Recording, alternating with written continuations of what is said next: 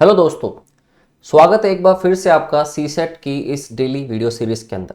अब तक काफ़ी कॉम्प्रिहेंशन हम लोग पढ़ चुके हैं, क्वांट के काफ़ी क्वेश्चंस कवर हो गए, रीजनिंग के काफ़ी क्वेश्चंस कवर हो चुके हैं। ये पीवाईक्यू की सीरीज है प्लस मोस्ट एक्सपेक्टेड क्वेश्चंस जो आपके नेक्स्ट एग्जाम 2024 के अंदर आ सकते हैं।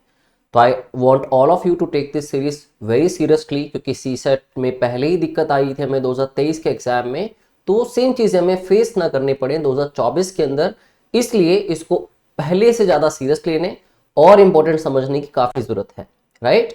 आज की क्लास में पहली टास्क हम स्टार्ट करते हैं जो रीडिंग कॉम्प्रिहेंशन की। हर बार हम एक पैसेज डिस्कस करते हैं और काफी लोग आप में से एक्टिवली पार्टिसिपेट करके अपने आंसर्स भी बताते हैं कमेंट बॉक्स में। तो आज की जो हमारी टास्क है, बेसिकली कॉन्स्टिट्यूशन ऑफ इंडिया से कुछ लॉस की बात हुई, कुछ राइट्स की बात हुई। फर्स्ट ऑफ ऑल आप चाहें तो इस क्वेश्चन को गो थ्रू कर सकते हैं, जिससे कि आपके माइंड में एक आइडिया आ जाए कि आपको स्किमिंग और स्कैनिंग से क्या फैक्ट्स फाइंड आउट करने हैं और वो फैक्ट्स आप कहाँ लोकेट कर सकोगे, राइट।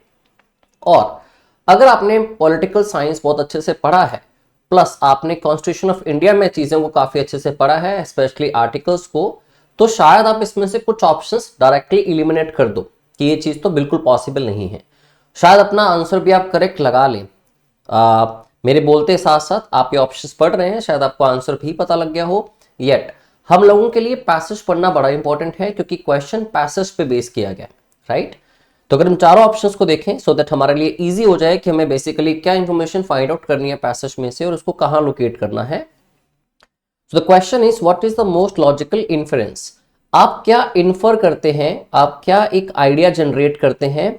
इन्फ्रेंस का मतलब दोस्तों होता है, इन्फ्रेंस या असम्पशन में, कि जहां पे शायद एक डायरेक्टली प्रूफ रिटर्न नहीं, प्रूफ लिखा नहीं हुआ, प्रूफ गिवन नहीं है, येट कुछ फैक्ट्स के साथ आप अपनी इंट्यूशन को यूज करते हो ये फैक्ट निकाल सकते हो, एक आइडिया जनरेट कर सकते हो, इन्फर कर सकते हो कि हाँ ऑथर इस बात की तरफ ही इंडिकेट कर रहा है आपको, राइट। तो पहला option, state shall not interfere with the religious affairs of the citizens. State को कभी इंटरफेयर करना ही नहीं चाहिए जितने भी रिलीजियस अफेयर्स हैं सिटीजन्स के, उसके अंदर। Second option, religious freedom under the constitution is open to state intervention. मतलब जो रिलीजियस फ्रीडम दी गई है कॉन्स्टिट्यूशन के अंदर, उसमें स्टेट इंटरवेंशन कर सकती है जरूरत पड़ने पे।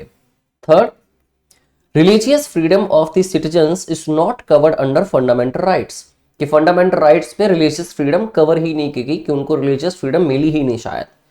Fourth option, religious practices of any community, जो भी वो प्रैक्टिसेस करते हैं, जितनी भी चीजें किसी भी रिलीजन के अंदर फॉलो की जाती हैं, are immune to state laws, मतलब उसके लिए बिल्कुल पूरी तरह से वो उसके अगेंस्ट प्रोटेक्टेड है, इम्यून है।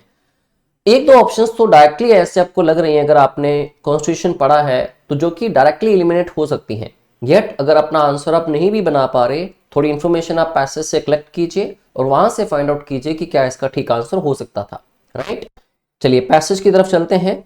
कुछ फैक्ट्स हैं, उनको हम स्किम करके अंडरस्टैंड करेंगे, साथ ही साथ उनको लोकेट करते चले जाएंगे कहां से भी हमें कोई इंपॉर्टेंट इंफॉर्मेशन मिल सकती है, राइट। देखिए लिखा गया, in part 3 of the constitution which assures people, जो लोगों को ये आश्वासन देता है, सर्टेन फंडामेंटल राइट्स। कौन से राइट्स? आर्टिकल 25 प्रोक्लेम्स, क्लियरली कहता है that all persons are equally entitled to freedom of conscience. Freedom of conscience का मतलब है जहां पे आप सही और गलत का फैसला खुद ले सकते हैं। And the right freely to profess, profess का मतलब होता है दोस्तों किसी भी चीज को ट्रू फैक्ट मान लेना या उसको ट्रू कहना। प्रैक्टिस एंड प्रोपेगेट रिलीजन, जहां पे वो अपने रिलीजन को प्रोपेगेट कर सकते हैं, उसकी प्रमोशन कर सकते हैं, उसके बारे में बात कर सकते हैं बाकियों के आगे। तो यहां तो क्लियरली लिखा है कि राइट्स तो मिले हैं सारे, तो एक ऑप्शन तो आपकी वैसे एलिमिनेट हो जाती है, right. What people fail to notice is that this proclamation is prefixed with the words subject to public order, morality, health and to the other provisions of this part. Subject to public order, morality, health and to the other provisions. इन चीजों पे लोग ध्यान नहीं देते हैं। मतलब कहीं ना कहीं अगर कोई प्रॉब्लम खड़ी होती है तो इंटरवेंशन हो सकती है। Next, which set conditions precedent for the legal protection of religious practices of any community। इससे क्या पता लगता है? which set conditions precedent, ठीक है। प्रेसिडेंट्स होते हैं कि आप पहले कुछ एक्शन करते हैं, वो एज एन एग्जाम्पल काम करते हैं। अब इस बात की वजह से कुछ कंडीशंस सेट होती हैं for the legal protection of religious practices, कि कुछ रिलीजियस प्रैक्टिसेस की लीगल प्रोटेक्शन के लिए कुछ ना कुछ किया जा सकता है वहां पे, कि एक्सट्रीम फ्रीडम नहीं है लेकिन कुछ प्रैक्टिसेस ऐसी होंगी जो अगर हार्मफुल होंगी तो वहां पे इंटरवेंशन हो सकती है। इस बात से यही चीज सेट होती है, practice of any community.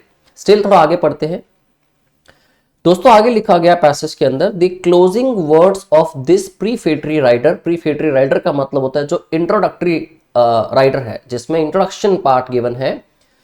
25 virtually constitute a subordinate clause placing other fundamental rights mentioned in part 3 over and above the right to religious freedom, right?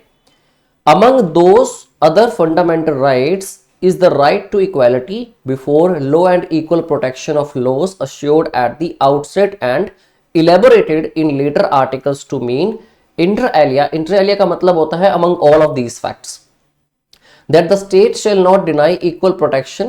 अब बात पीछे भी बात हुई, अभी भी 2 बार बात हुई प्रोटेक्शन की। और प्रोटेक्शन की कहां बात हो रही थी कि कुछ अगर रिलीजियस एक्टिविटीज होती हैं, ठीक है, तो वहां पे लीगल प्रोटेक्शन के लिए वहां पे कुछ स्टेप्स लेना इंपॉर्टेंट होगा, मींस स्टेप्स लिए जा सकते हैं।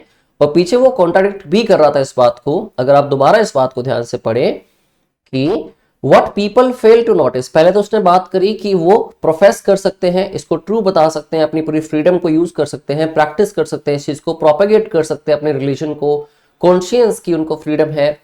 लेकिन लोग क्या चीज नोटिस नहीं करते, what they fail to notice is that this proclamation is prefixed with the words, क्या ऐड किया गया उसमें, subject to public order, morality, health and to the other provisions of this part which set, जो set कर देता है कुछ conditions को, president for the legal protection of religious practices of any community, right. तो मतलब उसके साथ कुछ कंडीशंस भी हैं, इतना आप समझ पा रहे हैं। सो यहां भी क्या बात हुई दोबारा, among those other fundamental rights is the right to equality before law and equal protection of laws is assured at the outset and elaborated in later articles to mean inter alia। Again इसका मतलब ये, जैसे यहां लिखा गया ना among those other fundamental rights, तो इसका मतलब ये among others that the state shall not deny equal protection, कि स्टेट डिनाई ना करे इक्वल प्रोटेक्शन को, which simply means कि स्टेट इसमें इंटरफेयर करेगी, इंटरवेन करेगी, और वो किसी तरह से डिनाइल ना दिखाए इक्वल प्रोटेक्शन का of laws to any person or group of or persons on the basis of religion alone। मतलब इन्वॉल्वमेंट कहीं ना कहीं बात की गई, इन्वॉल्वमेंट हो सकती है, कुछ साथ में कंडीशंस आती हैं इस फ्रीडम के साथ। अब दोस्तों आप सारी ऑप्शंस को अगर दोबारा नजर मारें तो आप क्विकली एलिमिनेट कर सकते हो।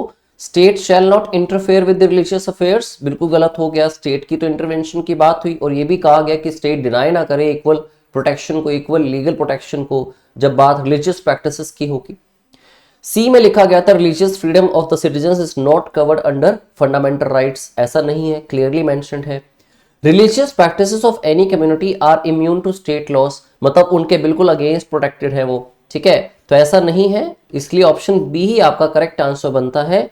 Religious freedom under the constitution is open to state intervention, कि whenever it is required, whenever the practices become harmful to anybody, harmful to any individual, harmful to any community, harmful to any religious religion या फिर any community, ठीक है, तो वहां पे state intervene करके कुछ चीजों पे लॉज अप्लाई कर सकती है।